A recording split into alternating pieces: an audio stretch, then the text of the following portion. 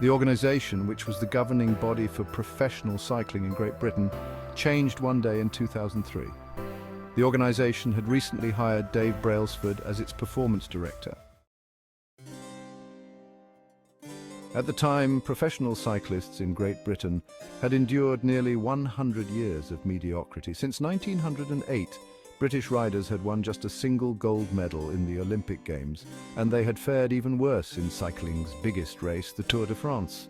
In 110 years, no British cyclist had ever won the event. In fact, because they were free to sales of other professionals using their gear. What made him different from his coaches was his relentless commitment to a strategy that he referred to as the aggregation of marginal gains, which was the philosophy of searching for a tight margin of overflow in everything you do. Brailsford said the whole principle came from the idea that if you broke down everything and then improved it by 1%, you would get a significant improvement altogether. Brailsford and his coaches began by making small adjustments you might expect from a professional cycling team. They redesigned the bike seats to make them more comfortable and rubbed alcohol on the tires for a better grip.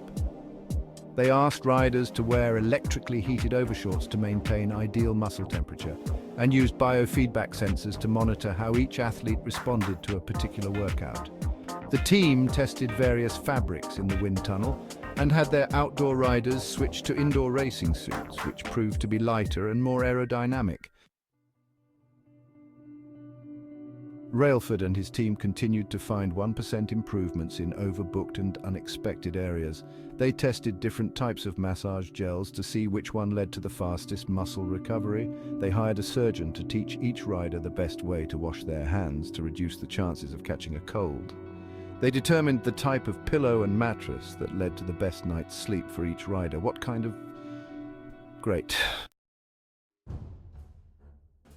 As these and hundreds of other small improvements accumulated, the results came faster than anyone could have imagined. Just 5 years after Brailsford took over, the British cycling team dominated the road and track cycling events at the 2008 Olympic Games in Beijing, where they won an astounding 60% of the medals available. 4 years later, when the Olympic Games raised the bar, they set 9 Olympic records and 7 world records. That same year, Bradley Wiggins became the first British cyclist to win the Tour de France. The next year, his teammate Chris Froome won the race, and he would go on to win again in 2015, 2016 and 2017, giving the British team 5 Tour de France victories in 6 years. During the 10-year span from 2007 to 2017, British cyclists won 178 World Championships and 66 Olympic or Paralympic gold medals and captured 5 Tour de France victories in what is widely regarded as the most successful run in cycling history.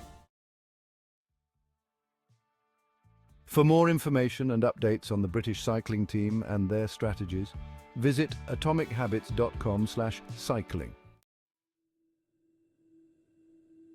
How does this happen? How does a team of previously ordinary athletes transform with tiny changes that at first glance would seem to make a modest difference at best? Why do small improvements accumulate into such remarkable results?